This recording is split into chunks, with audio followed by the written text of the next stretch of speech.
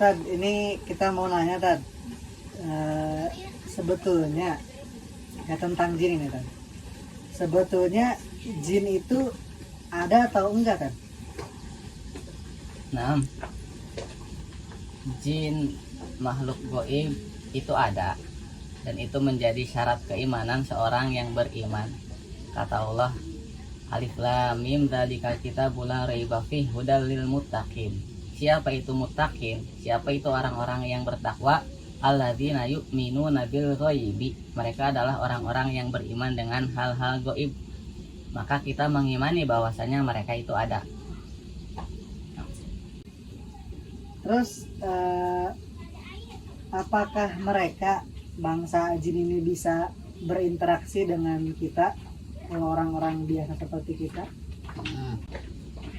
Semua sesuatu kalau Allah mengizinkan maka tidak ada yang tidak mungkin. Naam, mereka punya alam mereka sendiri, kita punya alam kita sendiri. Tapi Allah kalau sudah mengizinkan maka mereka bisa berinteraksi dengan kita. Bisa dalam beberapa kasus mereka menjelma menjadi berbagai macam hal, maka bisa berinteraksi. Kalau kuntilanak, pocong itu, genderuwo itu sebetulnya apa Ustaz? Di kita di Indonesia banyak sekali macam-macam daripada makhluk halus seperti kuntilanak, pocong, genderuwo dan sebagainya. Sebetulnya mereka itu hakikatnya sama, apa? Jin. Jadi jin itu bisa menjelma menjadi berbagai macam hal. Pocong itu jin, kuntilanak itu jin, genderuwo itu jin. Jin apa? Jin gabut, jin yang gak ada kerjaan. Kenapa mereka kok iseng-iseng bisa menjelma nakut-nakutin dan berbagai macam yang lainnya? Ya karena gak ada kerjaan. Kemudian kita dan mereka itu beda alam, beda jenis. Tapi ketika mereka itu menjelma menjadi suatu bentuk, maka hukum dari bentuk tersebut menerap kepada mereka. Memang jin itu bisa tembus tembok, bisa pindah tempat. Mereka melihat kita tapi kita nggak melihat mereka. Tapi Allah itu maha adil. Ketika mereka menjelma menjadi sesuatu, maka hukum sesuatu tersebut menerap kepada mereka. Sehingga akhirnya kalau ada jin menjelma menjadi kuntilanak, kemudian ada orang menonjok kuntilanak itu, maka si kuntilanak itu merasa sakit. Jin itu merasa sakit. Ada cerita salah seorang anak raja jin menjelma menjadi seekor ular. Kemudian si ular ini dipenggal, mati itu ular, maka si anak raja jin itu mati. Kemudian si ayahnya si raja jin ngamuk besar. Jadi intinya ketika mereka menjelma menjadi sesuatu, maka hukum sesuatu itu menerap kepada mereka. Terus juga ada beberapa kejadian saat banyak ya bacaan-bacaan untuk yang katanya bisa mengusir jin, untuk mengusir setan-setan itu. Tapi ketika dibacakan, setannya atau jinnya itu malah ngikutin bacaan kita, Ustaz. Gimana, Ustaz? Naam.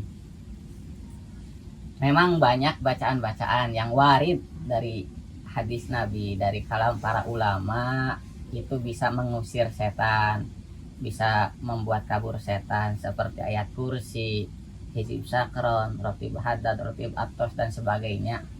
Betul, bacaan-bacaan itu memang bisa mengusir. Tapi kok banyak kejadian-kejadian ketika ada orang diganggu sama jin, kemudian dibacakan bacaan-bacaan tersebut, jinnya nggak kabur, jinnya nggak ketakutan, bahkan banyak diantara jin itu yang bisa ngikutin bacaannya, lebih hafal, lebih fasih membaca dari apa yang dibacakan oleh orang tadi. Itu bagaimana penjelasannya? Bacaan-bacaan yang diajarkan oleh para ulama itu memang mujarab, tapi untuk siapa itu kembali kepada orang yang ngebacanya. Misalkan kita tahu teori kedokteran tentang operasi, ada dokter spesialis ngajarin kita tentang operasi dari A sampai Z, diajarin sama dokter mulainya seperti apa, caranya gimana, nanti kalau ada pendarahan seperti apa harus menanganinya, sampai akhir diajarin. Nah, orang yang sudah diajarin oleh dokter ini, ketika dia melakukan operasi itu belum tentu bisa melakukan operasi 100% berhasil. Kenapa? Karena itu butuh pengalaman, itu butuh sesuatu yang bukan sekedar teori. Ada orang diajarin ilmu pertanian, bagaimana cara menggemburkan tanah, mau nanam apa, bibitnya seperti apa yang bagus, pupuknya apakah urea atau NPK, cara nyiramnya berapa hari sekali, semuanya teori diajarin sama profesor sama insinyur pertanian.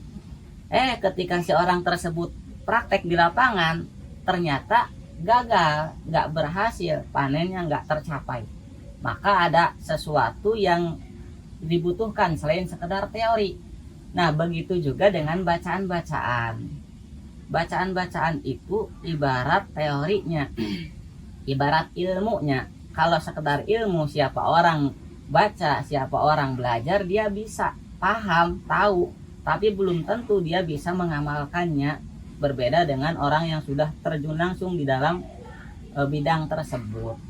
Maka bacaan-bacaan seperti ayat kursi, hizib-hiziban memang itu yang digunakan oleh para ulama kita untuk menangkal, mengusir makhluk-makhluk gaib yang mengganggu. Tapi kembali lagi kepada siapa orang yang membacanya.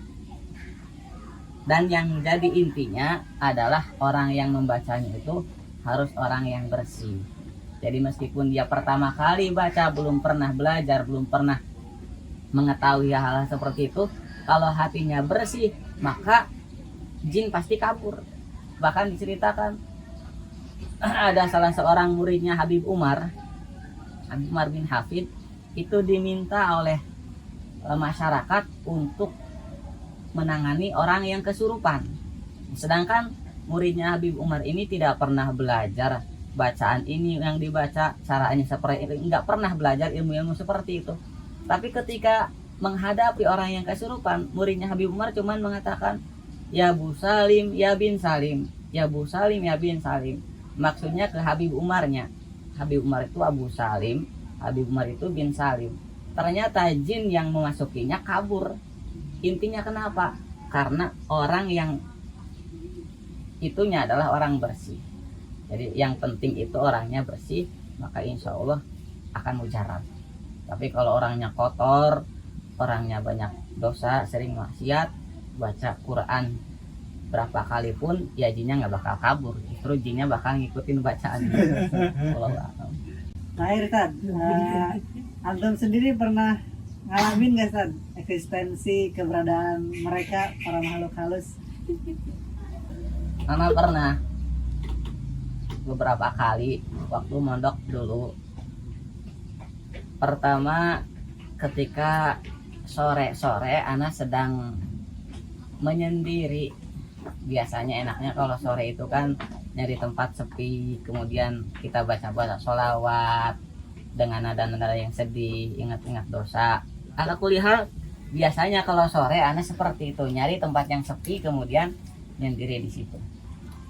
Nah, sore itu anak ke kelas, nggak ada orang, 5:30 mungkin ada asar. Selesai mandi, selesai sholat, selesai makan, di kelas nyandar di tembok, kanan kiri ini meja gini, ngadep ke depan sana.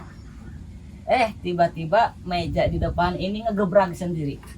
Nggak ada orang, nggak ada siapa-siapa, gebrag sendiri. Itu kejadian anak alami langsung. Kemudian